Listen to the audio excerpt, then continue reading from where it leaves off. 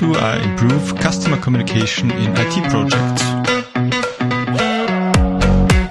Welcome to a new episode of the Get Shit Done in IT podcast. My name is Michael Seidl, and our topic of the day is how to improve customer communication in IT projects. And for those who are watching or following this podcast on YouTube, you might see a different angle, a different setting. So I'm trying a different setting on the videos, and I really think this suits me more.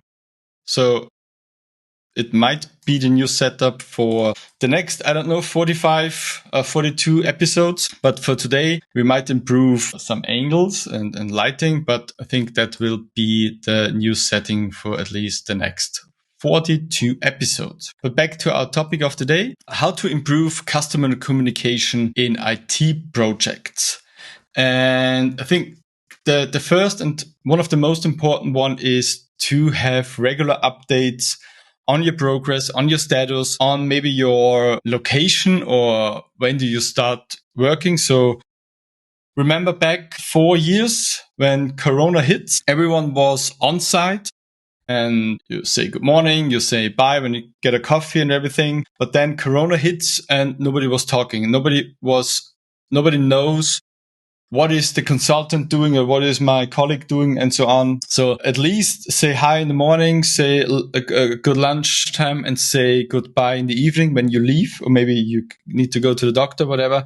So make the same communication as you do when you are on site. And second one is, of course, communicate all the updates, what you did. So keep them updated. And I think it is more important than before Corona and when you are on site.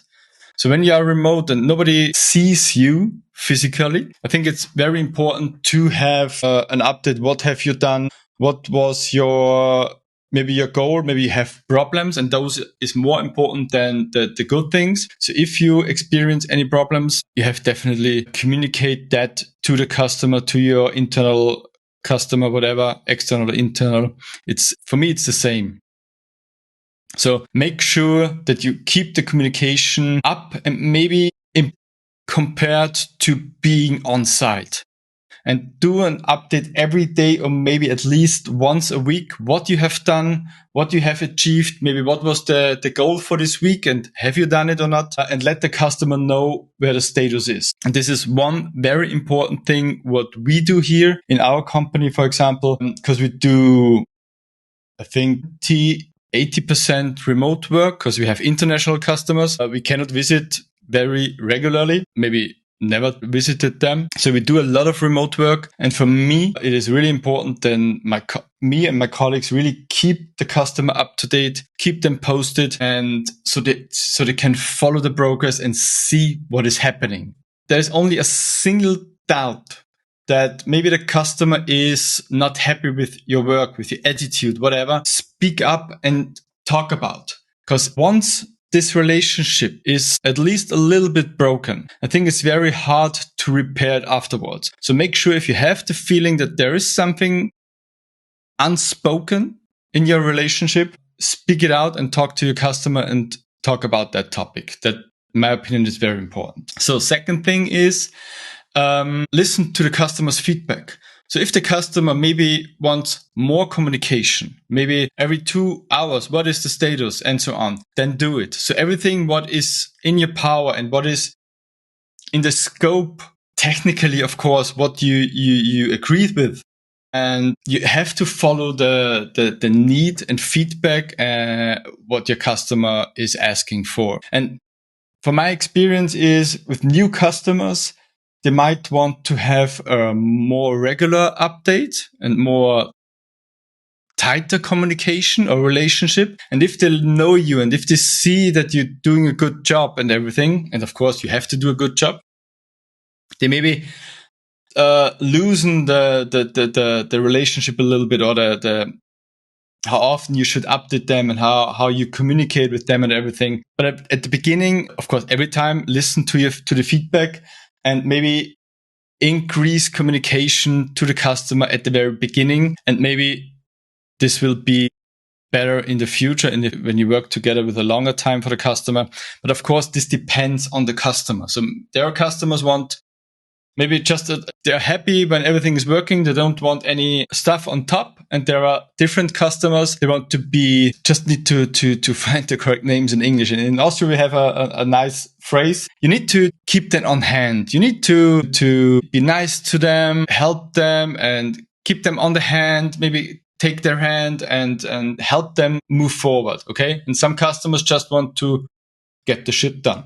Okay. And that's what you have to listen to with the feedback, or maybe a feeling if you talk to them, everything. Also, maybe back to the first thing is talk to them, ask them what they prefer. Or maybe what we do is we tell them how we work and how we do.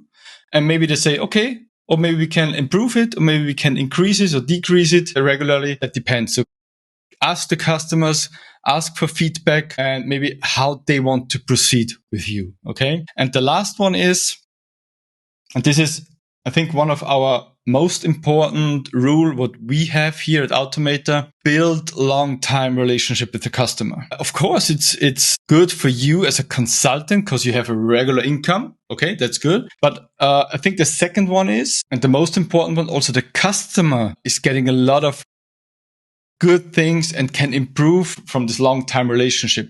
Because when I work for customers, I see myself as an internal employee. I listen to them, to their needs. I listen to their problems, maybe not directly related to our topic, but I listen to the problems to the topic we talk about. Maybe we can talk about how other customers are doing it. Maybe I do proactive, give them some feedback or improvement suggestions, what they can improve and what they can do better. And that's, I think, a huge benefit of having long-term relationship with the customers instead of those one-shot projects. So we really focus and force customers to have a long-term relationship. And no, we don't say no to one-time projects, but usually, for example, when we sell a product, maybe we have proof of concept. And then, of course, we tell them when we work together, we want to have regular appointments. We want to have a long-term relationship.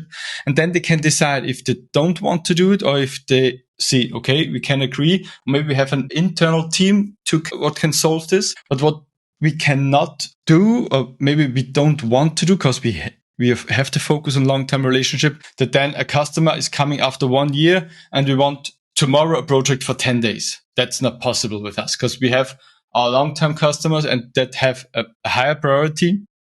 Of course, we are trying to help, but our main goal is to have long-term relationship, long-term customer relationship, because that's the thing where we can really put the most benefit into that relationship for the customer. So that's why we recommend and why we are preferring this long-term relationship. And it's also the same like in a real relationship. It is harder to build and keep a long-term relationship with a girlfriend, with a boyfriend, whatever, instead of having a girl or boy every weekend. Okay. It's easier to have, for example, new customer, but it's more harder work and more effort to have long-term relationship. But I think it's for both sides, it's the best to have those because, of course, the consultant have regular income, but the customer have a better relation to the consultant, have an improved relationship to the consultant, and get more value out of those relationships. So those are 3 things. So we have regular updates and keep the customer up to date and connect with them. Listen to the feedback. If they want to change anything, how do you work together? Listen to them. And of course, try to build a long-term relationship to your customers or with your customer. Okay, so that's everything for this week. Wish you a happy Monday. Wish you a nice week. Stay productive and bye-bye. If you enjoy this podcast, if it brings you joy, provides value, and you perhaps even listen to it on a regular basis, then I have a request for you today. I need your support to help the podcast grow and reach more people. What you can do is very simple. Subscribe to it on your preferred platform, leave me a comment, a rating if you liked an episode, and share it on social media.